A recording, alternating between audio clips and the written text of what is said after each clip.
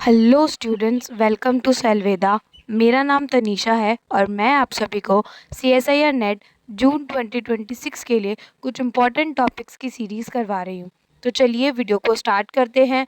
Are today's topic is drosophila development.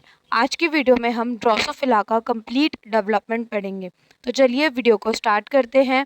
First अपन बात करेंगे Drosophila के अर्ली डेवलपमेंट की, जिसमें सिंक्शियल स्पेसिफिकेशन प्रेजेंट होता है। अब ये सिंक्शियल स्पेसिफिकेशन क्या होता है?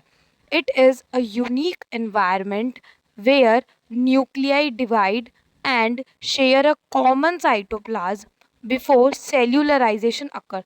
इसका मतलब कि it is a type of that specification जिसके अंदर ओनली न्यूक्लियस डिवाइड होता है, सिर्फ और सिर्फ न्यूक्लियस का डिवाइड होता है, साइटोप्लाज्म डिवाइड नहीं होता है। इतने सारे न्यूक्लियस एक कॉमन साइटोप्लाज्म शेयर करते हैं। इस कंडीशन को बोलते हैं syncytium condition and the specification known as syncytial specification, जिसके अंदर न्यूक्लियस ही न्यूक्लियस देखे जाते हैं। ठीक है, तो it is a unique environment where nuclei divide and share a common cytoplasm before cellularization occur. Cellularization का मतलब होता है जब सेल्स पूरी डिवाइड होती है, यानी कि कंप्लीट साइटोप्लाज्म डिवाइड होता है और एक कंप्लीट सेल बनती है विद द सेल मेम्ब्रेन, उसको बोलते हैं सेल्यूलराइजेशन। जब हर एक सेल सेल मेम्ब्रेन से कवर होती है, द प्रोसेस नोन एज सेल्यूलराइजेशन। तो सेल्यूलराइजेशन होने से पहले ओनली न्यूक्लियस डिवाइड होते हैं और कॉमन साइटोप्लाज्म शेयर करते हैं। इस तरह के डिवीजन को सिंक्शियल स्पेसिफिकेशन कहते हैं, जो कि सिर्फ इंसेक्ट में पाया जाता है, जिसका एग्जाम्पल अपन आज पढ़ रहे हैं ड्रोसोफिला। ठीक है, ड्रोसोफिला के अंदर 3 एक्सेस होते हैं, interior to posterior, dorsal to ventral and proximal to distal. Okay, उसके बाद होता है सेगमेंटेशन, जिसमें उसके सेगमेंट्स बनते हैं। नेक्स्ट होता है determination of identity for each individual segment, और जो हर एक सेगमेंट है उसकी क्या आइडेंटिटी होगी, थर्ड स्टेप में उसका डिटर्मिनेशन किया जाता है। अब अपन पढ़ते हैं जीन एक्सप्रेशन कास्केड, कि जब कंप्लीट ड्रोसोफिला डेवलपमेंट होता है तब कौन कौन से जीन एक्सप्रेस होते हैं, अर्ली टू फाइनल। ठीक है, तो सबसे पहले होते हैं मैटरनल इफेक्ट जीन्स, जो उनके अंदर पहले से प्रेजेंट होते हैं, ऐसे जीन्स जो फर्टिलाइजेशन से पहले ही प्रेजेंट होते हैं, जो मैटरनल यानी कि माँ से आते हैं, उसको बोलते हैं मैटरनल इफेक्ट जीन, जो कि फर्टिलाइजेशन से पहले ही एग में प्रेजेंट होते हैं। ठीक है, ये मैटरनल इफेक्ट जीन्स एक्सप्रेस कराते हैं गैप जीन्स को। अभी जो बाकी आगे के जीन्स है, gap genes, pair rule genes, segment polarity genes and homeotic genes, they all are the type of zygotic genes. क्यों? क्योंकि ये आफ्टर फर्टिलाइजेशन एक्सप्रेस होते हैं और जाइगोट में एक्सप्रेस होते हैं। ओके, तो मैटरनल इफेक्ट जीन्स किसको एक्सप्रेस कराते हैं? गैप जीन्स को। गैप जीन्स एक्टिवेट कराते हैं पेयर रूल जीन्स को। पेयर रूल जीन्स एक्टिवेट कराते हैं सेगमेंट पोलैरिटी जीन्स को। एंड देन फाइनली कौन एक्टिवेट होता है? Homeotic genes. उसके बाद हम बात करते हैं मैटरनल इफेक्ट जीन्स की, या ऐसे बोल सकते हैं एग पोलैरिटी जीन्स, क्योंकि यही जो जीन्स होते हैं वो एग की पोलैरिटी डिसाइड करते हैं, उसका इंटीरियर और पोस्टीरियर एक्सिस डिसाइड करते हैं। ठीक है, इसलिए इन जीन्स को एग पोलैरिटी जीन्स भी कहते हैं, और ये एग के अंदर फर्टिलाइजेशन के पहले से ही प्रेजेंट होते हैं। जैसा कि आप डायग्राम में देख सकते हैं, इनमें नर्स सेल बता रखी है और डेवलपिंग oocyte बता रखा है। अब मैकेनिज्म की बात करिए, nurse cell express maternal effect genes and transfer mRNA products to the developing oocyte prior to fertilisation. इस लाइन का मतलब है कि जो नर्स सेल है, जो आपको डायग्राम में दिख रही है, वो एक्सप्रेस करती है इन मैटरनल इफेक्ट जीन्स को और किधर ट्रांसफ़र करती है, और इनके जो mRNA बनते हैं, इन जीन्स से जो mRNA बनते हैं, उन mRNA को ये सेल जो oocyte डेवलप हो रहा है, जो एग डेवलप हो रहा है, उसके पास ट्रांसफ़र कर देती है बिफोर फर्टिलाइजेशन। प्रायर का मतलब होता है पहले, तो फर्टिलाइजेशन के पहले ही नर्स सेल जो होती है, वो एग पोलैरिटी जो जीन्स है, जो नर्स सेल के पास प्रेजेंट है, उनके mRNA के जो प्रोडक्ट है उनको पहले ही ट्रांसफ़र कर देती है to the developing oocyte prior to fertilisation. Okay, तो अगर आपसे क्वेश्चन में पूछे कि मैटरनल इफेक्ट जीन कौन एक्सप्रेस करता है, तो करेक्ट आंसर है nurse cell. Maternal effect gene को नर्स सेल एक्सप्रेस करती है और उनको ट्रांसफ़र किसके पास करती है? डेवलपिंग oocyte के पास, प्रायर टू फर्टिलाइजेशन। इसके कुछ एग्जाम्पल है जैसे कि bicoid, nanos, hunchback and caudal, they all are maternal effect genes. अब इनका प्राइमरी फंक्शन क्या होता है इन जीन्स का? To establish anterior posterior axes and dorsal ventral axes. ये जो पोलैरिटी होती है उनको डिटरमाइन करते हैं, anterior posterior dorsal ventral axes को डिटरमाइन करने में हेल्प करते हैं, इसलिए इन जीन्स को एग पोलैरिटी जीन्स भी बोला जाता है। And they also activate zygotic genes during the mid blastula transition. Blastula, जो ब्लास्टुला की मिड स्टेज होती है, यानी कि मिड ब्लास्टुला स्टेज के बाद जब जाइगोटिक जीन एक्सप्रेस होना स्टार्ट करते हैं तो उन्हें एक्टिवेट कराने का काम यही जीन्स करते हैं, मैटरनल इफेक्ट जीन्स। ओके, समझ आया? नेक्स्ट अपन बात करते हैं अनफर्टिलाइज्ड एग के ब्लूप्रिंट। जो अनफर्टिलाइज्ड एग है वो कैसे दिखता है, उसके इंटीरियर पोस्टीरियर एक्सिस कैसे दिखाई देते हैं। अब इसमें आप डायग्राम में देख सकते हैं दो एक्सेस बता रखे हैं, इंटीरियर और पोस्टीरियर। ठीक है, एंटीरियर एक्सेस पे कौन प्रेजेंट होता है? बिकॉइड एमआरएनए। ओके, इंटीरियर एक्सेस पे बिकॉइड एमआरएनए प्रेजेंट होता है। और ये बिकॉइड एमआरएनए एंटीरियर एक्सेस पे ही क्यों प्रेजेंट होता है? इसे एंटीरियर एक्सेस पे लाने का काम कौन करता है? तो वो काम करते हैं कॉर्टेक्स, ग्रोजॉन, स्टॉफिन प्रोटीन्स। ये तीन प्रोटीन है, कौन कौन से? Cortex, grauzone and staufen proteins. ये तीनों जो प्रोटीन्स हैं वो मिलके बिकॉइड एमआरएनए के 3 प्राइम यूटीआर को पहचानते हैं। ओके, तो बिकॉइड एमआरएनए के 3 प्राइम यूटीआर को कौन से प्रोटीन्स पहचानते हैं? Cortex, staufen and grauzone. ये तीनों मिलके बिकॉइड को बोलते हैं कि अब तू इंटीरियर साइड पे हमारे साथ चल। तो उसे लोकलाइज करने का काम कौन करते हैं? ये cortex, grauzone and staufen proteins. Okay, जो कि क्या पहचानते हैं बिकॉइड एमआरएनए में? 3 प्राइम यूटीआर को। एमआरएनए का दो रीज़न होते हैं, एक 5 प्राइम यूटीआर, एक 3 प्राइम यूटीआर। यूटीआर का मतलब होता है अनट्रांसलेटेड रीजन, ऐसा रीजन जिसको ट्रांसलेट नहीं कर सकते, जिसको प्रोटीन में कन्वर्ट नहीं कर सकते। तो कॉर्टेक्स, ग्लूजॉन एंड स्टॉफिन बिकॉइड एमआरएनए के 3 प्राइम यूटीआर को पहचानते हैं और उसे इंटीरियर साइड पे लोकलाइज्ड करते हैं, जबकि पोस्टीरियर साइड पे नैनोज एमआरएनए प्रेजेंट होता है और उसे लोकलाइज्ड करने का काम कौन करता है? Oskar, vasa, valois, tudor and staufen. तो उसे नैनोज एमआरएनए के भी 3 प्राइम यूटीआर को पहचाना जाता है और उसे पोस्टीरियर साइड पे लोकलाइज्ड करा जाता है by the help of oskar, vasa, valois, tudor and staufen. Got it? और हंचबैक एंड कॉर्डल एमआरएनए, ये जो होते हैं ये अनफर्टिलाइज जो एग है उसमें यूनिफॉर्मली, यानी कि पूरे एग में प्रेजेंट होते हैं। अनफर्टिलाइज्ड एग, ऐसा एग जिसका अभी फर्टिलाइजेशन नहीं हुआ है, तो ऐसे एग में बिकॉइड एमआरएनए इंटीरियर साइड पे है, नैनोज एमआरएनए पोस्टीरियर साइड पे है, जबकि हंचबैक और कॉर्डल एमआरएनए यूनिफॉर्मली प्रेजेंट है through out the unfertilised egg. ये जो अनफर्टिलाइज्ड एग है इसे प्लीज़ ध्यान रखिएगा, क्वेश्चन में पूछा जा सकता है कि फर्टिलाइज्ड एग में हंचबैक और कॉर्डल एमआरएनए कहाँ प्रेजेंट होते हैं, जबकि अनफर्टिलाइज्ड एग में हंचबैक और कॉर्डल एमआरएनए कहाँ प्रेजेंट होते हैं। Okay, got it? अब इसका एक और क्वेश्चन बन सकता है कि अगर सपोज, एक प्रैक्टिकल क्वेश्चन इस पे कैसे बन सकता है, सपोज कि अपन ने बिकॉइड का जो 3 प्राइम यूटीआर है वो वहाँ से बिकॉइड से हटा के अपन ने नैनोज पे ऐड कर दिया। ओके, मैं एक प्रैक्टिकल क्वेश्चन बता रही हूँ, ये पार्ट सी में पूछे जाते हैं ऐसे क्वेश्चन कि बिकॉइड एमआरएनए का जो 3 प्राइम यूटीआर है, अगर अपन वो 3 प्राइम यूटीआर नैनोज एमआरएनए पे जोड़ दे तो क्या होगा? तो ये होगा कि जो नैनोज का एमआरएनए है वो इंटीरियर साइड पे आ जाएगा, क्योंकि जो स्टॉफिन, ग्रोजॉन और कॉर्टेक्स प्रोटीन है वो ओनली 3 प्राइम यूटीआर को रिकॉग्नाइज करते हैं।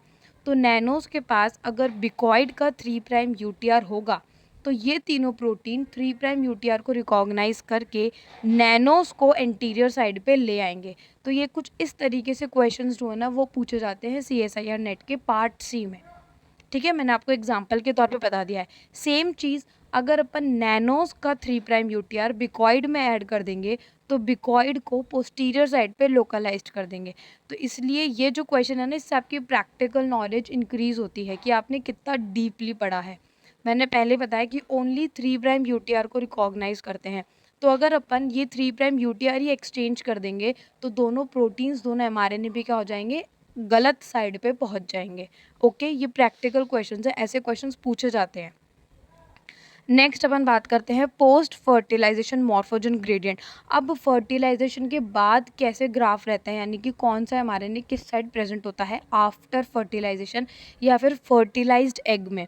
तो जो बिकॉइड और हंचबैक है वो एंटीरियर साइड पे प्रेजेंट होते हैं, जबकि कॉर्डल और नैनोस पोस्टीरियर साइड पे प्रेजेंट होते हैं। ठीक है, यस। जब फर्टिलाइजेशन हो जाता है तो हंचबैक को पोस्टीरियर साइड पे इनहिबिट कर दिया जाता है और कॉर्डल को इंटीरियर साइड पे इनहिबिट कर दिया जाता है। इसलिए बिकॉइड और हंचबैक कहाँ रहते हैं, इंटीरियर साइड पे, जबकि कॉर्डल और नैनोस कहाँ रहते हैं, पोस्टीरियर साइड पे।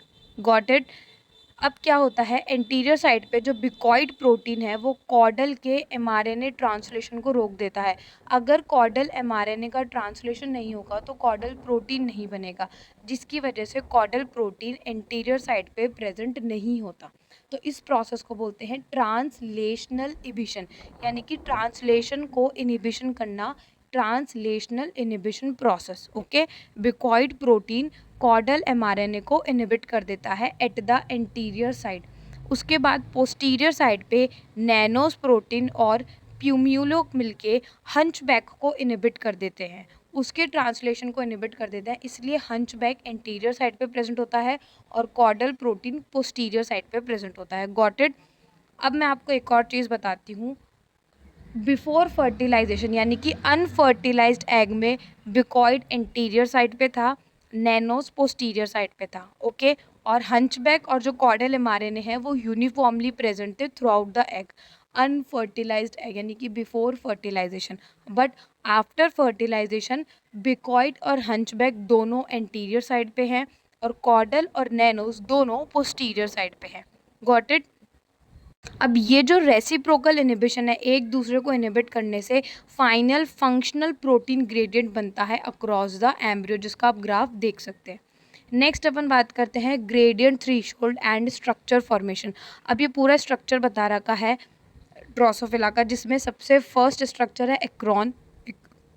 एक्रोन के बाद आता है हेड, हेड के बाद thorax, then abdomen and then telson. अब एक्रोन का फॉर्मेशन क्या होता है, एक्रोन के अंदर प्रेजेंट होता है high bicoid plus huckebein plus tailless. Okay, ये तीन प्रोटीन प्रेजेंट होते हैं। कौन कौन से, high bicoid plus huckebein plus tailless. High bicoid का मतलब बिकॉइड की कॉन्सेंट्रेशन ज़्यादा होनी चाहिए to forming the acron. Next, head के अंदर कौन कौन प्रेजेंट होता है, high bicoid plus hunchback. Got it.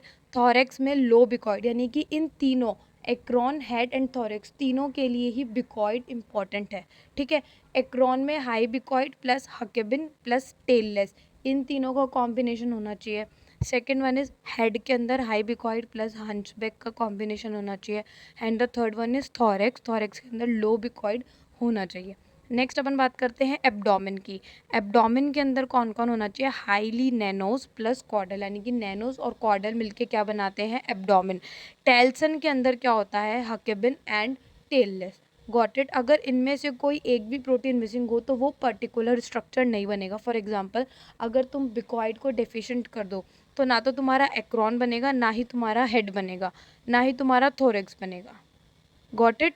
अगर तुम नैनोज को हटा दोगे तो तुम्हारा एब्डोमेन नहीं बनेगा, ओनली एक्रोन, हेड, थॉरेक्स और टेल्सन बनेगा, एब्डोमेन नहीं बनेगा। क्यों, क्योंकि नैनोज एब्डोमेन बनाता है। ठीक है, तो ये कुछ इंपॉर्टेंट प्रोटीन्स हैं, ये मैंने आपको शॉर्ट फॉर्म में बताया ताकि आपको ईजिली याद हो सके। तो ये आप याद कर लेना। अगर इन तीनों में से मान लो कोई भी, इन प्रोटीन में से कोई भी एक प्रोटीन अब रिमूव कर दे तो वो पर्टिकुलर स्ट्रक्चर नहीं बनता। अब एक और चीज़, जो हकेबिन और टेललेस है, कई बार हकेबिन टेललेस ना देके टॉर्सो प्रोटीन देते हैं। ठीक है, तो ये जो टॉर्सो प्रोटीन है, ये हकेबिन और टेललेस मिलके टॉर्सो प्रोटीन को एक्टिवेट करते हैं। Got it. नेक्स्ट अपन बात करते हैं एक्सपेरिमेंटल डायग्नोस्टिक, यानी कि बिकॉइड म्यूटेंट के अंदर अपन कैसे डायग्नोस कर सकते हैं। एक वाइल्ड टाइप एम्ब्रियो के अंदर ही सारे स्ट्रक्चर होते हैं, acron, head, thorax, abdomen and telson. Okay, ये पांचों स्ट्रक्चर होते हैं। वाइल्ड का मतलब होता है नॉर्मल एम्ब्रियो। ठीक है, नेक्स्ट है बिकॉइड डेफिशिएंट। डेफिशिएंट का मतलब होता है एब्सेंट होना। तो अगर बिकॉइड प्रेजेंट नहीं है या बिकॉइड एब्सेंट है तो क्या होगा, तो ना तो आपका एक्रोन बनेगा, ना ही आपका हेड बनेगा, ना ही आपका थोरेक्स बनेगा। ओनली क्या बनेगा, टेल्सन, एब्डोमेन और टेल्सन। अब आप पूछोगे कि आगे की तरफ टेल्सन क्यों बना, क्योंकि एक्रोन जो था वो बिकॉइड प्लस हकेबिन प्लस टेललेस से मिलके बन रहा था, और टेल्सन किससे बनता है, हकेबिन प्लस टेललेस से।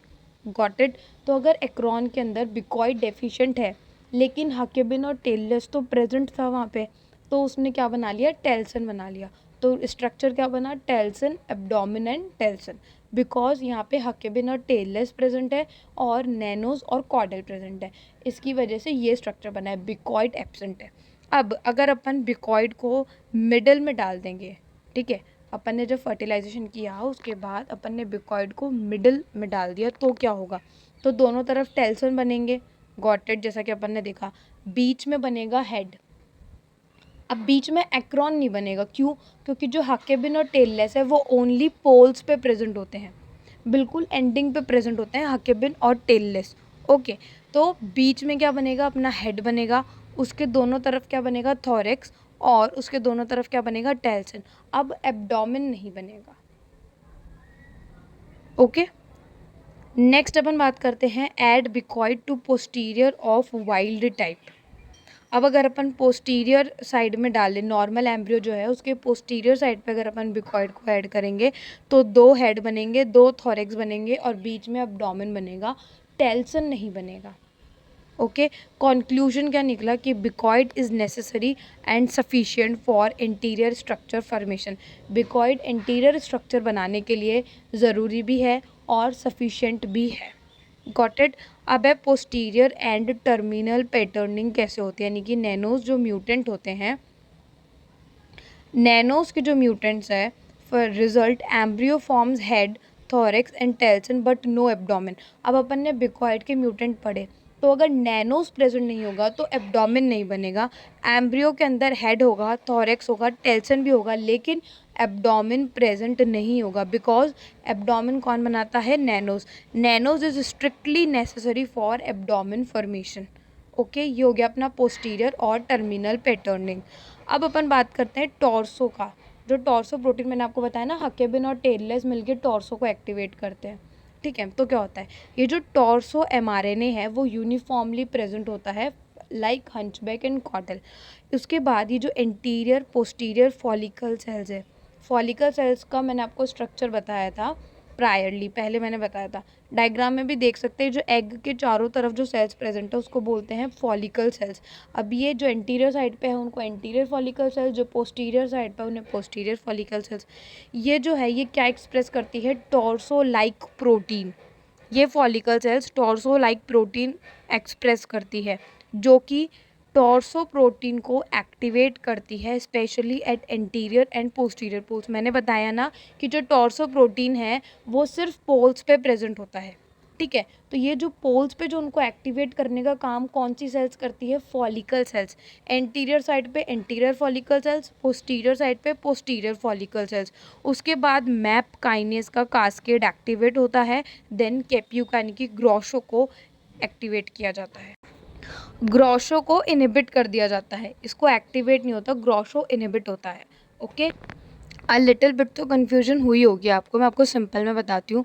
हुआ क्या है कि जो टॉर्सो प्रोटीन है वो पोल्स पे प्रेजेंट है, पोल्स यानी कि बिल्कुल एंडिंग में, या तो इंटीरियर बिल्कुल इंटीरियर साइड पे है या फिर बिल्कुल पोस्टीरियर साइड पे है, इसलिए एक्रोन और जो टेल्सन है उसमें प्रेजेंट होता है। बस फ़र्क इतना है कि एक्रोन को तब बनता है जब उसमें बिकॉइड भी प्रेजेंट हो, साथ में टॉर्सो प्रोटीन भी प्रेजेंट हो, तब कौन बनता है, एक्रोन बनता है। और टेल्सन के टाइम पे ओनली टॉर्सो प्रोटीन प्रेजेंट होना चाहिए। ओके, और मिडल यानी कि हेड, थोरेक्स और एब्डोमेन के अंदर टॉर्सो को इनहिबिट कर देते हैं, और वो कौन इनहिबिट करता है, ग्रोशो प्रोटीन, ठीक है।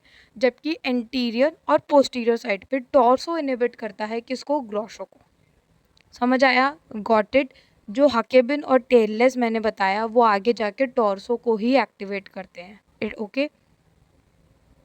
तो कई बार एग्जाम में हकेबिन टेललेस दे देंगे या फिर कई बार टॉर्सो प्रोटीन पूछ लेंगे। अब अपन बात करते हैं जो एम्ब्रियो को डिवाइड करते हैं, 2 जीन्स है, गैप जीन्स और पेयरुल जीन्स, ये एम्ब्रियो को डिवाइड करने का काम करते हैं। अब जो गैप जीन्स है ये एम्ब्रियो को ब्रॉड रीजन में डिवाइड करते हैं along to the interior and posterior axes, gap genes के कुछ एग्जाम्पल है क्रिपल, हंचबैक, टेललेस और निरप। अब आप पूछोगे हंचबैक तो मैटरनल इफेक्ट जीन्स है, करेक्ट। हंचबैक दोनों है, मैटरनल इफेक्ट जीन्स भी है और गैप जीन्स भी है। ओके, अब इसका कुछ फिनोटाइप में बात करती हूँ जिसमें म्यूटेंट केस में हो। अगर क्रिपल का म्यूटेंट हो जाएगा, मान लो क्रिपल जो गैप जीन है वो अगर म्यूटेट हो या फिर वो डेफिशिएंट हो, तो क्या होगा, जितने भी एंटीरियर की तरफ सेगमेंट है, यानी कि एंटीरियर साइड पे जितने सेगमेंट है वो सारे मिसिंग हो जाएंगे। ओके, तो गैप जीन्स जो होते हैं सेगमेंट का मतलब लार्ज गैप बनाते हैं बिटवीन द सेगमेंट। ठीक है, जैसे कि एंटीरियर साइड को अलग कर दिया, पोस्टीरियर को अलग कर दिया, मिड रीजन को अलग कर दिया, इनको बोलते हैं गैप जीन्स। ओके, अब इसमें इसके एग्जांपल है क्रिपल, हंचबैक, टेललेस एंड निरप। इसमें से फॉर एग्जांपल क्रिपल नाम का जो जीन है वो अगर म्यूटेंट हो, वो अगर मिसिंग हो जाए तो एंटीरियर साइड के जो सेगमेंट है वो नहीं बनेंगे, यानी कि एंटीरियर साइड ही नहीं बनेगी, सिक्वेंशियल सेगमेंट्स डिलीट हो जाते हैं। नेक्स्ट है पेयर रूल जीन्स। ये एम्ब्रियो को 14 सेगमेंट में डिवाइड करते हैं, ऑड एंड इवन सेगमेंट, जैसे कि आप देख सकते हैं 1 2 3 4 5 6। ऐसे जो सिंगल सिंगल सिंगल सिंगल जो ऑड और इवन सेगमेंट है उसको डिवाइड उस तरीके से डिवाइड कौन करता है, पेयर रूल जीन्स। इसके एग्जाम्पल है primary pair rule jeans and secondary pair rule jeans. Primary pair rule jeans में आता है hairy, even, skipped, runt etcetera. Secondary के अंदर आपका एग्जाम्पल है फ्यूशी तराजू। ओके, अब मैं बात करती हूँ म्यूटेंट फिनोटाइप की। इसमें क्या होता है, ऑल्टरनेट सेगमेंट रिमूव हो जाते हैं। ओके, फॉर एग्जांपल अगर फुशी तराजू म्यूटेंट हुआ, यानी कि फुशी तराजू रिमूव हो गया फ्रॉम द एम्ब्रियो और प्रेजेंट नहीं है एम्ब्रियो में, तो जितने भी इवन सेगमेंट हैं वो रिमूव हो जाएंगे। यस, जितने भी इवन सेगमेंट्स होंगे फिर क्या हो जाएंगे, रिमूव हो जाएंगे। और अगर इवन स्किप्ड जीन म्यूटेंट हुआ, उल्टा है, अगर इवन स्किप्ड जीन म्यूटेंट हुआ तो सारे ऑड सेगमेंट रिमूव हो जाएंगे। इवन स्किप मतलब जो इवन को स्किप करे, तो इवन को कौन स्किप करेगा, ऑड वाला। तो इवन स्किप्ड जीन जो है वो ऑड सेगमेंट बनाएगा। तो अगर इवन स्किप्ड जीन ही रिमूव कर दे, उसको ही इनहिबिट कर दे, उसको ही हटा दे, तो ऑड वाले जो सेगमेंट है वो रिमूव हो जाएंगे। ओके, तो पेयर रूल जीन जो होते हैं वो 14 डिफरेंट सेगमेंट में डिवाइड करते हैं, ऑल्टरनेटिवली ऑड इवन ऐसे करके। नेक्स्ट है सेगमेंट पोलैरिटी जीन। अब जो सिंगल सिंगल सेगमेंट बने, ऐसे जो 14 सेगमेंट है उसका जो सिंगल सिंगल सेगमेंट है उसके अंदर भी पोलैरिटी होती है, दो साइड होती है, इंटीरियर एंड पोस्टीरियर साइड। ठीक है, तो सेगमेंट पोलैरिटी जीन क्या करते हैं, determine the boundaries and interior posterior organisation within every individual segment. तो एक सिंगल इंडिविजुअल सेगमेंट के अंदर इंटीरियर पोस्टीरियर साइड को डिटरमाइन करना क्या बुलाते हैं, सेगमेंट पोलैरिटी जीन। तो ऐसे जीन जो सेगमेंट की पोलैरिटी डिटरमाइन करे known as segment polarity genes. आप डायग्राम में देख सकते हैं एक सिंगल सेगमेंट का रखा है, इसकी दो साइड है, interior and posterior. Anterior side में कौन एक्सप्रेस होता है, विंगलेस, जबकि पोस्टीरियर साइड में कौन एक्सप्रेस होता है, इनग्रेल्ड। अब आपको ये जीन्स थोड़े कंफ्यूजिंग तो लगेंगे बट आपको इन्हें याद तो करना ही पड़ेगा। ठीक है, क्योंकि ये जो जीन्स होते हैं ये इंपॉर्टेंट होते हैं और इनके म्यूटेंट जो होते हैं वो और ज़्यादा इंपॉर्टेंट होते हैं। जो एग्ज़ाम के अंदर प्रैक्टिकल नॉलेज चेक करने के लिए इनके म्यूटेंट जो होते हैं उन पे क्वेश्चंस ज़्यादा बनाए जाते हैं। ठीक है, तो विंगलेस जो प्रोटीन है वो एंटीरियर साइड पे होगा और इनग्रेल्ड जो प्रोटीन है वो पोस्टीरियर साइड पे प्रेजेंट होगा। Got it. अब अपन बात करते हैं विंगलेस को एक्टिवेट कौन करेगा, तो it will activated by sloppy paired, odd skipped and runt. Got it. Wingless protein को कौन एक्टिवेट करेगा, sloppy paired, odd skipped and runt. इसको इनहिबिट कौन करेगा, रिप्रेस का मतलब होता है इनहिबिट करना, तो विंगलेस प्रोटीन को इनहिबिट कौन करेगा, इवन स्किप्ड एंड फुशी तराजू। तो अगर ये विंगलेस प्रोटीन को इनहिबिट कर रहे हैं इवन स्किप्ड एंड फुशी तराजू, तो सिंपल है ये इनग्रेल्ड प्रोटीन को एक्टिवेट करेंगे। तो इनग्रेल्ड जो प्रोटीन है वो उसको कौन एक्टिवेट करेगा, फुशी तराजू, even skipped and paired gene. Got it. और उसको रिप्रेस कौन करेगा, स्लोपी पेयर। तो ये तो देखो आपको याद ही करना पड़ेगा कि जो विंगलेस प्रोटीन है it will activated by sloppy paired, odd skip and runt, जबकि इसे रिप्रेस कौन करेगा, इवन स्किप्ड एंड फ्यूशी तराजू। Got it. इनग्रेल्ड जो प्रोटीन है इसे एक्टिवेट कौन करेगा, इवन स्किप्ड, फ्यूशी तराजू एंड पेयर्ड, जबकि इसे रिप्रेस कौन करेगा, स्लोपी पेयर्ड। अब म्यूटेंट जो फिनोटाइप है, अगर मान लो कोई भी जीन नहीं हुआ, एब्सेंट है, सब फॉर एग्जांपल विंगलेस प्रोटीन अपना एक्सेप्ट इनहिबिटेड है, विंगलेस प्रोटीन एक्टिवेट नहीं हुआ, तो जो सेगमेंट की दोनों साइड है वो सिमिलर लगेगी। तो इसके अंदर लिख रहेगा कि both part of the segment become mirror images of each other and polarity is lost. तो दोनों तरफ से सेगमेंट सेम लगेगा। अगर विंगलेस इनहिबिट है तो दोनों तरफ पोस्टीरियर साइड बन जाएगी, अगर इनग्रेल्ड इनहिबिट है तो दोनों तरफ इंटीरियर साइड बन जाएगी, यानी कि दोनों तरफ जो होगा वो सिमिलर लगेगा, सेगमेंट की पोलैरिटी लॉस्ट हो जाएगी। Got it. तो इसलिए उनकी पोलैरिटी के लिए इन दोनों प्रोटीन का होना ज़रूरी है, wingless towards the anterior side and engrailed towards the posterior side. Got it. Next अपन बात करते हैं विंगलेस और इनग्रेल्ड का बाउंड्री लूप। अब ये बहुत इंपॉर्टेंट है कि जो विंगलेस सेल है वो क्या एक्टिवेट करती है और जो इनग्रेल्ड सेल्स है वो क्या एक्टिवेट करती है। अब अपन बात, दो साइड मैंने बताई थी, interior side and posterior side. तो जो इंटीरियर साइड है यानी कि विंगलेस एक्सप्रेसिंग सेल्स, ऐसी सेल्स विंगलेस प्रोटीन एक्टिवेट करेगी, जैसा कि आप डायग्राम में देख सकते हैं। अब ये जो विंगलेस प्रोटीन है ये जाएंगे इनग्रेल्ड वाली सेल के पास, ठीक है। अब ये इनग्रेल्ड वाली सेल के पास जाके फ्रिल्स जो रिसेप्टर है उस पर बाइंड होंगे, उसके बाद DSH प्रोटीन को एक्टिवेट करेंगे। ये DSH जो प्रोटीन है ये एक्टिवेट करेगा GSK3 को। GSK3 से कौन एक्टिवेट होगा, अरामिडिलो। अरामिडिलो जो है it is a type of beta catenin, ठीक है, अनादर फॉर्म बोल सकते हैं बीटा कैटेनिन की। ये अरामिडिलो किसको एक्सप्रेस कराएगा, इनग्रेल्ड एंड हैजहॉग को। उसके बाद हैजहॉग जो होगा वो रिलीज़ होगा और जो विंगलेस वाली सेल है उसके पास जाके बाइंड होगा towards the patch receptor. Patch receptor और स्मूथन प्रोटीन मिलके क्यूबिटस इंटरप्टस को एक्टिवेट करेंगे और ये क्यूबिटस इंटरप्टस विंगलेस का ट्रांसक्रिप्शन कराएगा, फिर विंगलेस प्रोटीन एक्टिवेट होगा, ठीक है। तो प्रॉपर ये ऐसे साइकिल जैसा चलता है, एक बाउंड्री लूप है। विंगलेस जो होगा कहाँ जाएगा, इनग्रेल्ड वाली सेल के पास, कौन से रिसेप्टर पे बाइंड होगा, फ्रिज रिसेप्टर पे। फ्रिज रिसेप्टर किसको एक्टिवेट करेगा, DSH को। देन DSH से एक्टिवेट होगा अरामिडिलो जो GSK3 से एक्टिवेट होगा अरामिडिलो। अरामिडिलो ट्रांसक्रिप्शन फैक्टर की तरह काम करेगा और न्यूक्लियस में जाके इनग्रेल्ड और हैजहॉग को एक्टिवेट कराएगा। ये हैजहॉग विंगलेस एक्सप्रेसिंग सेल्स के अंदर पैच रिसेप्टर पे बाइंड होगा और patch receptor plus smoothen protein मिलके क्यूबिटस इंटरप्टस को एक्टिवेट कराएंगे। ये क्यूबिटस इंटरप्टस जो है it is a transcription factor जो विंगलेस को एक्टिवेट कराएगा और अगेन ये पूरा लूप चलता रहेगा, ठीक है। तो क्वेश्चंस जो आते हैं वो इस तरीके से आते हैं कि जो विंगलेस एक्सप्रेसिंग सेल है उसमें ट्रांसक्रिप्शन फैक्टर कौन सा होता है। So your answer is cubitus interruptus, ठीक है। और ये पूछा जा सकता है कि जो इनग्रेल्ड एक्सप्रेसिंग सेल है उनमें ट्रांसक्रिप्शन फैक्टर या रिसेप्टर कौन सा प्रेजेंट होता है। तो रिसेप्टर होता है फ्रिज रिसेप्टर और ट्रांसक्रिप्शन फैक्टर कौन सा है, अरामिडिलो, ओके। हाँ, और ये एक्सप्रेस क्या करती है, इनग्रेल्ड एक्सप्रेस करती है और हैजहॉग एक्सप्रेस करती है। हैजहॉग का रिसेप्टर कौन सी सेल पे प्रेजेंट होता है, विंगलेस वाली सेल पे। और कौन से नाम क्या है रिसेप्टर का, पैच रिसेप्टर। तो कुछ इस तरीके से घुमा फिरा के क्वेश्चन आपसे पूछे जा सकते हैं पार्ट बी या पार्ट सी दोनों में। नेक्स्ट लास्ट जो जीन्स होते हैं वो होते हैं होम्योटिक जीन्स। होम्योटिक जीन जो होते हैं वो सेगमेंट की आइडेंटिटी डिसाइड करते हैं कि कौन सा सेगमेंट क्या बनाएगा, ओके।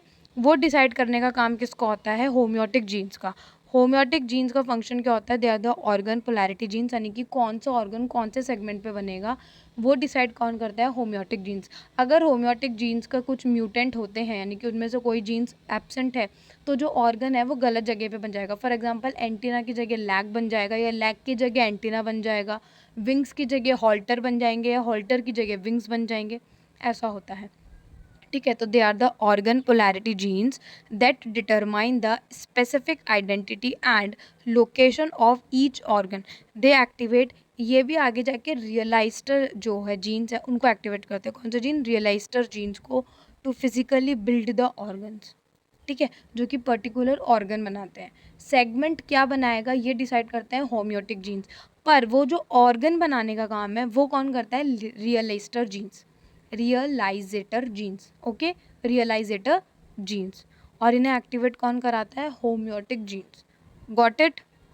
होम्योटिक जीन्स होते हैं वो विच इज़ अ होम्योबॉक्स डोमेन, जो कि 180 बेस पेयर का हाईली कंजर्व्ड सीक्वेंस है। ये पार्ट बी में पूछा गया है, पीवाईक्यू में जाके देख लेना, पार्ट बी में पूछा गया है कि होम्योबॉक्स जो जीन है वो कितने बेस पेयर का बना हुआ होता है। इट इज़ 180 बेस पेयर और 60 अमाइनो एसिड का होम्यो डोमेन है, 60 अमाइनो एसिड और 180 बेस पेयर। और दूसरी चीज़ कि ये फ्लाई जो ड्रोसोफिला है उसके थर्ड क्रोमोसोम पे प्रेजेंट होते हैं। ये जो हॉक्स जीन्स है वो फ्लाई के थर्ड क्रोमोसोम पे प्रेजेंट होते हैं, ये भी बहुत इंपॉर्टेंट है, पूछा गया है पार्ट बी में। अभी जो हॉक्स जीन फैमिली है ये एनिमल्स में प्रेजेंट होती है। इन्हीं की सिमिलैरिटी रखने वाली जीन है मैड बॉक्स फैमिली, जो कि प्लांट्स में प्रेजेंट होती है, फंजाई में प्रेजेंट होती है और ह्यूमंस में प्रेजेंट होती है। अब मैड्स की फुल फॉर्म क्या है? एम से होता है MCM1, फॉर एग्जांपल सेक्रोमाइसिस सर्वाइसी। ए का होता है अगैमस जो कि अरेबिडोप्सिस थेलियाना। डी का होता है डेफिशिएंस जो कि एंटीरम। एंड एस का होता है सीरम रिस्पॉन्सिव फैक्टर जो कि ह्यूमंस में प्रेजेंट होते हैं। इसको बोलते हैं मैड्स बॉक्स जीन फैमिली, जो कि प्लांट, फंजाई और ह्यूमंस में प्रेजेंट होते हैं, जबकि हॉक्स जीन जो फैमिली है वो एनिमल्स में प्रेजेंट होते हैं। नेक्स्ट है होम्योटिक म्यूटेंट। अगर होम्योटिक जीन से म्यूटेंट होता है तो क्या होता है?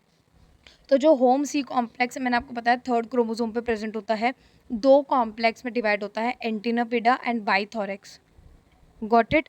अब ये एंटीनापिडा और जो बाइथोरेक्स, इसके अंदर अगर एंटीनापिडा में अगर कोई म्यूटेंट होता है तो एंटीना जो होता है वो बन जाते हैं T2 सेगमेंट पे।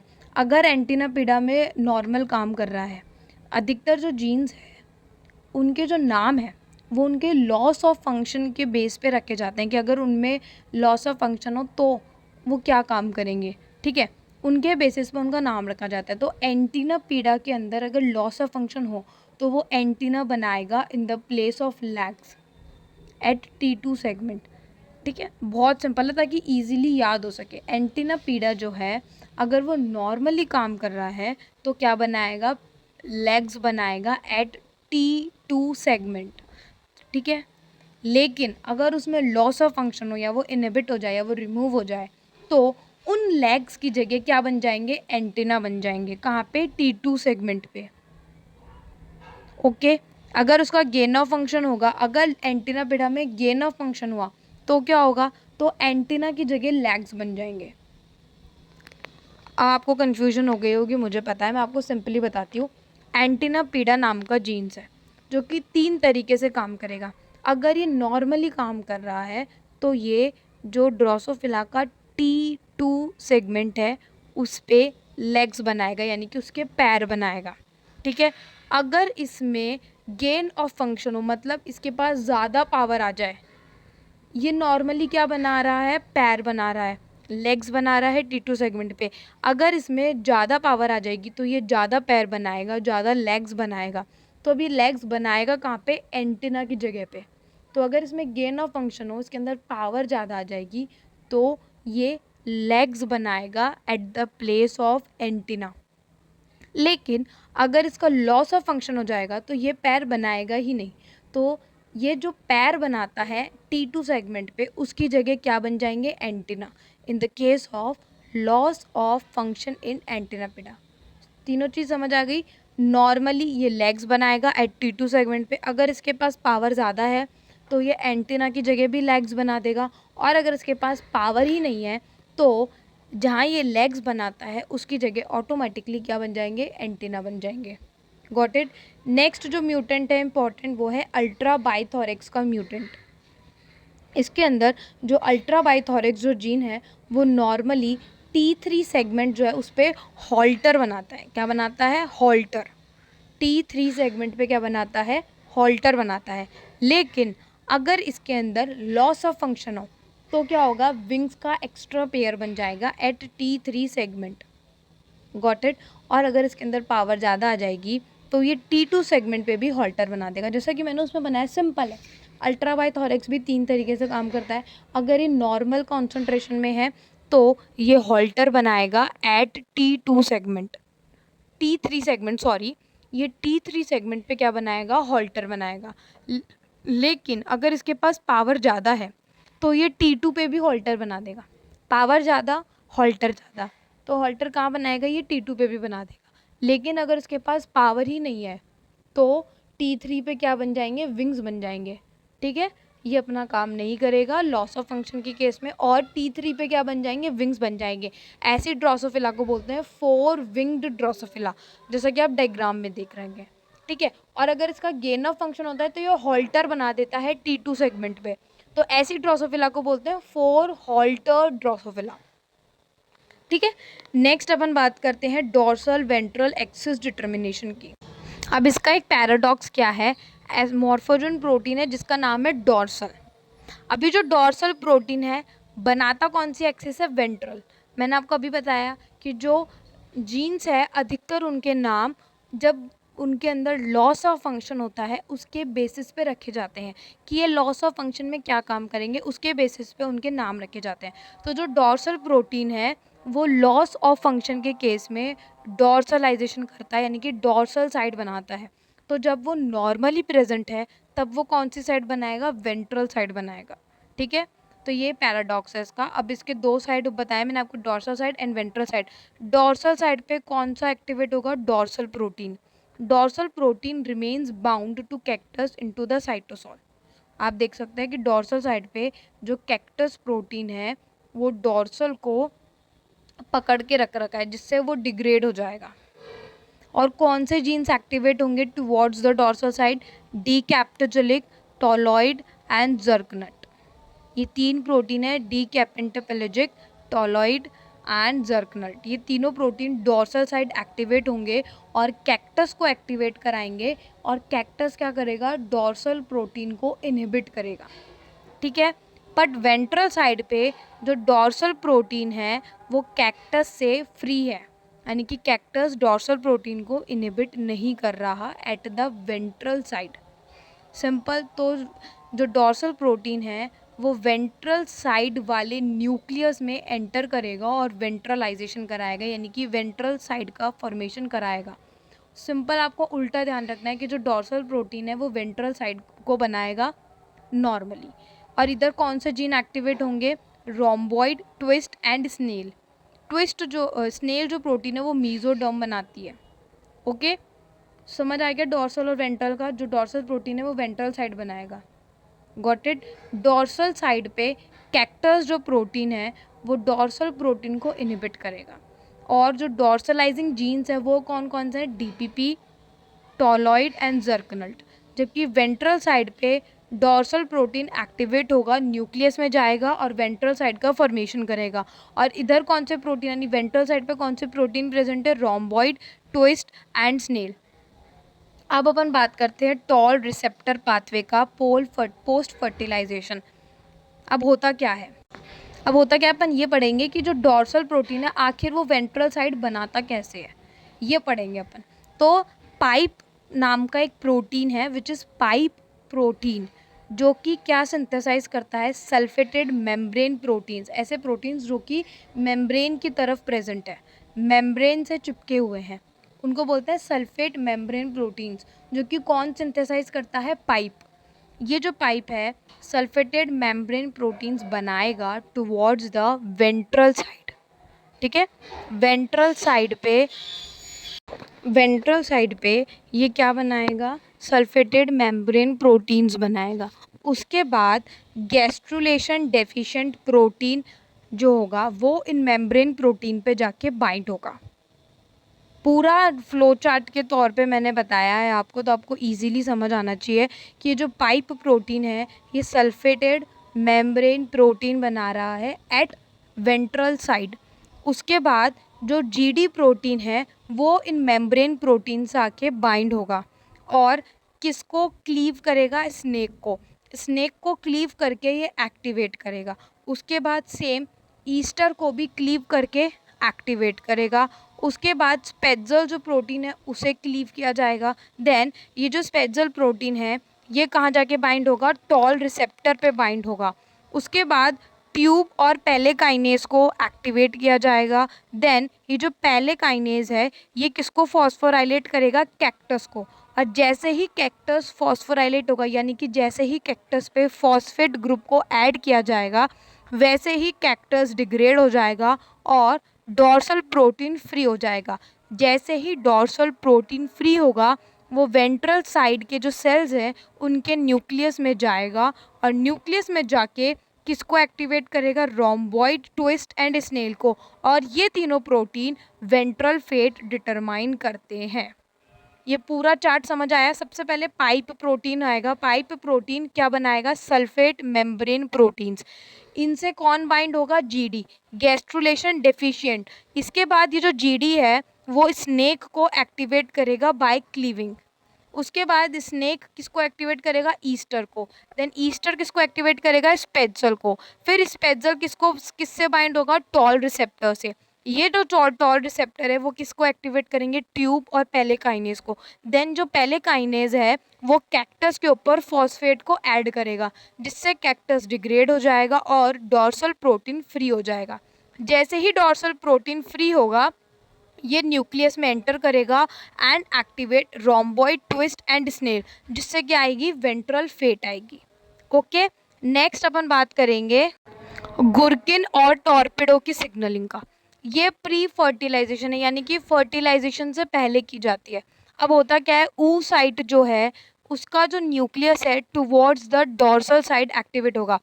अब पहले मैंने आपको वेंट्रल साइड के बारे में बताया कि वेंट्रल साइड कैसे बनी। अब मैं बात करूंगी कि डॉर्सल साइड कैसे बनती है। ठीक है, तो डॉर्सल साइड पे क्या होता है, जो ऊ साइड का जो न्यूक्लियस है वो डॉर्सल साइड की तरफ मूव करता है और इस न्यूक्लियस को कौन चारों तरफ से ढक लेता है, गुरकिन एमआरएनए। ठीक है, डॉर्सल साइड की तरफ ऊ साइड का न्यूक्लियस ट्रेवल करता है और इस न्यूक्लियस को चारों तरफ से कौन कवर करता है, गुरकिन एमआरएनए। ये जो गुरकिन एमआरएनए है उसको प्रोटीन में ट्रांसलेट किया जाता है। देन उसके बाद ये जो गुरकिन प्रोटीन है वो टॉर्पेडो रिसेप्टर पे बाइंड होता है जो कि डॉर्सल फॉलिकल सेल्स में प्रेजेंट है। ओके, गुरकिन प्रोटीन क्या करता है, कहाँ पे जाके बाइंड होता है, टॉर्पेडो रिसेप्टर पे। और ये जो टॉर्पेडो रिसेप्टर है ये डॉर्सल फॉलिकल सेल्स पे प्रेजेंट है। इससे कौन एक्टिवेट होता है, ये जब बाइंडिंग होती है गुरकिन और टॉर्पेडो की तो इससे मिरर प्रोटीन एक्टिवेट होता है जो कि पाइप की सिंथेसिस को इनहिबिट करता है। अब समझ आया, वेंट्रल साइड पे पाइप प्रोटीन पूरा कास्केड चला रहा था। अगर अपन उस पाइप प्रोटीन को ही इनहिबिट कर देंगे तो वेंट्रल साइड ना बन के डॉर्सल साइड बनेगी। Got it. तो यहाँ पे जैसे ही गुरकिन प्रोटीन टॉर्पेडो रिसेप्टर पे बाइंड होता है इससे मिरर प्रोटीन एक्टिवेट होता है और मिरर प्रोटीन क्या करता है, पाइप की सिंथेसिस को ब्लॉक कर देता है जिसकी वजह से क्या आती है, डॉर्सल फेट आती है। ओके, तो ना ही और जबकि वेंट्रल साइड पे गुरकिन प्रोटीन प्रेजेंट नहीं होता, गुरकिन का कोई सिग्नल नहीं होता तो मिरर प्रोटीन नहीं बनता। मिरर प्रोटीन के ना बनने से पाइप प्रोटीन कंटिन्यू बनता है और वो पूरा कास्केड चलाता है। गॉट इट, इतना समझ आया डॉर्सल और वेंट्रल साइड का, कि जो डॉर्सल साइड है वहाँ पे गुरकिन प्रोटीन की वजह से पाइप की सिंथेसिस नहीं होती, जबकि वेंट्रल साइड पे गुरकिन प्रोटीन प्रेजेंट नहीं होता तो वहाँ पे पाइप की सिंथेसिस चलती है और पूरा कास्केड चलता है to activate the dorsal protein that will ventralize the side. Okay, next अब अपन बात करते हैं डॉर्सल वेंट्रल एक्सेस की म्यूटेशंस की। ठीक है, अब पहला अपन फिनोटाइप पढ़ते हैं वेंट्रलाइजेशन। वेंट्रलाइजेशन का मतलब होता है जब दोनों तरफ वेंट्रल साइड ही बने। ठीक है, इस प्रोसेस को क्या बोलते हैं, वेंट्रलाइजेशन। अब क्या होता है, वेंट्रलाइजेशन में सबसे पहले कौन सा प्रोटीन काम कर रहा था, पाइप प्रोटीन। ठीक है, पाइप प्रोटीन की वजह से क्या हो रहा था, वेंट्रल साइड बन रही थी और डॉर्सल साइड में गुरकिन की वजह से क्या बन रही थी, डॉर्सल साइड बन रही थी। तो अगर मैं बोलूँ कि गुरकिन प्रोटीन एब्सेंट है, यानी कि गुरकिन प्रोटीन की डेफिशिएंसी है इन द ड्रोसोफिला, तो क्या होगा, पाइप जो प्रोटीन है वो पूरे ड्रोसोफिला में प्रेजेंट होगा। तो इसकी वजह से डॉर्सल साइड बनेगी ही नहीं, दोनों तरफ क्या बनेगी, वेंट्रल साइड बनेगी। तो अगर मैटरनल डेफिशिएंसी हो किसकी, गुरकिन या फिर टॉर्पेडो की, अगर इन दोनों में से कोई एक भी एब्सेंट है, यानी गुरकिन प्रोटीन एब्सेंट है या फिर टॉर्पेडो रिसेप्टर एब्सेंट है, तो क्या होगा, पाइप प्रोटीन की सिंथेसिस होगी डॉर्सल साइड पे भी और डॉर्सल की जगह क्या बन जाएगी, वेंट्रल साइड बन जाएगी। तो दोनों तरफ क्या बनेगी, वेंट्रल साइड बनेगी और इस प्रोसेस का क्या बोलेंगे, वेंट्रलाइजेशन। ठीक है, या फिर कैक्टस के अंदर लॉस ऑफ फंक्शन हो, तो कैक्टस क्या कर रहा था, डॉर्सल प्रोटीन को डिग्रेड कर रहा था, डॉर्सल प्रोटीन को बाइंड करके रख रहा था अपने पास। तो अगर कैक्टस प्रोटीन नहीं होगा तो जो डॉर्सल प्रोटीन है वो एम्ब्रियो के चारों तरफ प्रेजेंट होगा। इसकी वजह से क्या होगी, दोनों तरफ वेंट्रल साइड बनेगी। ठीक है, तो अगर गुरकिन की डेफिशिएंसी हो या टॉर्पिडो की डेफिशिएंसी हो या फिर कैक्टस प्रोटीन की डेफिशिएंसी हो, इन तीनों की वजह से क्या होगा, वेंट्रलाइजेशन होगा, यानी कि दोनों तरफ वेंट्रल साइड बनेगी। नेक्स्ट फिनोटाइप है डॉर्सलाइजेशन, जिसके अंदर दोनों साइड डॉर्सल बन जाती है। तो ये कब होगा, जब पाइप के अंदर लॉस ऑफ फंक्शन हो, स्नेक के अंदर लॉस ऑफ फंक्शन हो, ईस्टर के अंदर लॉस ऑफ फंक्शन हो, स्पेजर और रिसेप्टर पैलेकाइनेज, जब वेंट्रल साइड को बनाने वाले जो भी प्रोटीन है उनमें से किसी भी एक प्रोटीन के अंदर अगर लॉस ऑफ फंक्शन हो जाए तो वेंट्रल साइड नहीं बनेगी और दोनों तरफ डॉर्सल साइड बनेगी, जिसके वजह से उसको क्या बोलेंगे, डॉर्सलाइजेशन। ठीक है, इस प्रोसेस को क्या बोलेंगे, डॉर्सलाइजेशन, यानी फिनोटाइप को क्या बोलेंगे, डॉर्सलाइजेशन। समझ आ गया, डॉर्सल वेंट्रल एक्सिस के म्यूटेशंस भी अपन ने पढ़ लिए। नेक्स्ट अपन बात करते हैं जर्म लाइन काइमेरा एक्सपेरिमेंट। इस पे अपन ने एक एक्सपेरिमेंट किया था, क्या कि जो टॉर्पिडो है वो सोमेटिक फॉलिकल सेल्स में प्रेजेंट होता है। ठीक है, और जो गुरकिन प्रोटीन है वो ऊ साइट का होता है, यानी कि ऊ साइट के वहाँ प्रेजेंट होता है। तो अगर अपन टॉर्पिडो डेफिशिएंट जर्म सेल, यानी कि ऐसी जर्म सेल जिनमें टॉर्पिडो प्रेजेंट नहीं है, उन सेल को वाइल्ड टाइप फीमेल, यानी कि नॉर्मल जो फीमेल है उसमें डालें तो क्या होगा, और अगर अपन वाइल्ड टाइप जो जर्म सेल है उसको डालें टॉर्पिडो डेफिशिएंट फीमेल में तो क्या होगा। ठीक है, तो दो तरह की फीमेल है, एक तो जिसमें टॉर्पिडो प्रेजेंट है, दूसरी जिसमें टॉर्पिडो एब्सेंट है। तो ऐसे फीमेल जिसमें टॉर्पिडो प्रेजेंट है, अगर अपन उसमें टॉर्पिडो डेफिशिएंट जर्म सेल्स डाले, जर्म सेल्स जो आगे जाके oocyte बनाएगी, तो जर्म सेल्स डाले जिनमें टॉर्पिडो नहीं है, उसको डाले किस में, टॉर्पिडो प्रेजेंस फीमेल के अंदर, यानी वाइल्ड टाइप फीमेल में। और अगर अपन ऐसी फीमेल जिसमें टॉर्पिडो प्रेजेंट नहीं है, अगर ऐसी फीमेल में अपन वाइल्ड टाइप जर्म सेल्स डालें, यानी कि नॉर्मल जर्म सेल्स डालें, तो क्या होगा, तो जो वाइल्ड टाइप फीमेल है जिनमें अपन ने टॉर्पिडो डेफिशिएंट जर्म सेल्स डाली थी, उसके अंदर नॉर्मल डॉर्सल वेंट्रल एक्सिस बनेगा, जबकि जो टॉर्पिडो डेफिशिएंट फीमेल है उनके अंदर वाइल्ड टाइप जर्म सेल्स डालने के बाद भी कोई डॉर्सल वेंट्रल एक्सिस नहीं बनेगा। अब आपको थोड़ी बहुत कन्फ्यूजन हुई होगी। इस एक्सपेरिमेंट से अपन को ये प्रूव करना है कि जो टॉर्पिडो जो रिसेप्टर है वो सोमेटिक फॉलिकल सेल्स में प्रेजेंट होता है। सोमेटिक मतलब जो अपनी स्किन की सेल्स है, जो oocyte या स्पर्म नहीं बनाती, ऐसी सेल्स को सोमेटिक सेल्स बोलते हैं, जो अपने गैमेट नहीं बनाती। तो जो टॉर्पिडो है वो सोमेटिक फॉलिकल सेल्स में प्रेजेंट होता है। ठीक है, ये एक्सपेरिमेंट अपन को प्रूव करना है।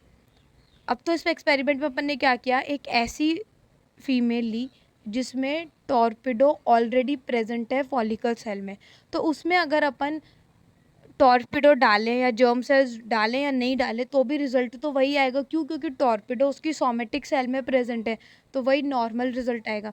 लेकिन ऐसी फीमेल जिनमें टॉर्पिडो सोमेटिक फॉलिकल सेल में प्रेजेंट नहीं है, अगर ऐसी फीमेल में अपन जर्म सेल्स डालें नॉर्मल वाले, तो भी डॉर्सल वेंट्रल एक्सिस नहीं बनेगा। क्यों, क्योंकि जो टॉर्पिडो रिसेप्टर है वो सोमेटिक फॉलिकल सेल्स पे प्रेजेंट होता है। अब इस एक्सपेरिमेंट से कॉन्क्लूजन क्या निकला कि जो टॉर्पिडो रिसेप्टर है वो फॉलिकल सेल्स में प्रेजेंट होना चाहिए, एग के अंदर नहीं, क्योंकि जो पोल सेल्स है वो रिसेप्टर को कंट्रोल नहीं करती। तो पोल सेल्स हो या ना हो इससे कोई फ़र्क नहीं पड़ता है टॉर्पिडो रिसेप्टर पे।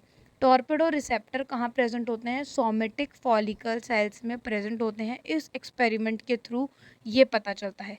नेक्स्ट अब अपन बात करते हैं द मास्टर सिंथेसिस, यानी कि ड्रोसोफिला का पूरा ब्लूप्रिंट बता रखा है, जिसमें सबसे पहले मैटरनल ग्रेडियंट काम करते हैं, bicoid nanos towards the anterior posterior side and gurken और torpedo. Bicoid nanos, gurken, torpedo ये इंटीरियर पोस्टीरियर और डॉर्सल वेंट्रल एक्सिस को डिटरमाइन करते हैं into the place before and immediately after fertilization, यानी फर्टिलाइजेशन से पहले ही ये इंटीरियर पोस्टीरियर और डॉर्सल वेंट्रल एक्सिस को डिटरमाइन कर देते हैं। उसके बाद आती है फेज़ 2, सब डिवाइडर, जैसे कि जो gap genes, pair rule jeans और सेगमेंट पोलैरिटी जीन्स काम करते हैं। नेक्स्ट थर्ड आती है आइडेंटिफायर, जिसमें कौन काम करता है, होम्योटिक जीन्स, जो कि ऑर्गन की आइडेंटिटी तय करते हैं। फिर आते हैं रियलाइस्टर जीन्स, जो कि ऑर्गन का फॉर्मेशन करते हैं। ठीक है, तो from a single syncytium with broad mRNA gradients to a perfectly segmented and fully specialized क्या बनती है, ऑर्गेनिज्म बनता है ड्रोसोफिला। तो यहाँ पे ड्रोसोफिला का कंप्लीट डेवलपमेंट मैंने पढ़ा दिया है आपको। अगर इसमें कोई भी डाउट हो तो प्लीज़ मुझे ज़रूर पूछिएगा कमेंट सेक्शन में, मैं आपको बता दूँगी। और अगर आपको वीडियो पसंद आई हो तो प्लीज़ लाइक करें, कमेंट करें और अपने दोस्तों को शेयर करें। ऐसी और वीडियोस देखने के लिए चैनल को सब्सक्राइब करें। और अगर आपको किसी पर्टिकुलर टॉपिक पे वीडियो चाहिए तो प्लीज़ मुझे कमेंट सेक्शन में ज़रूर बताएं। Thank you for watching.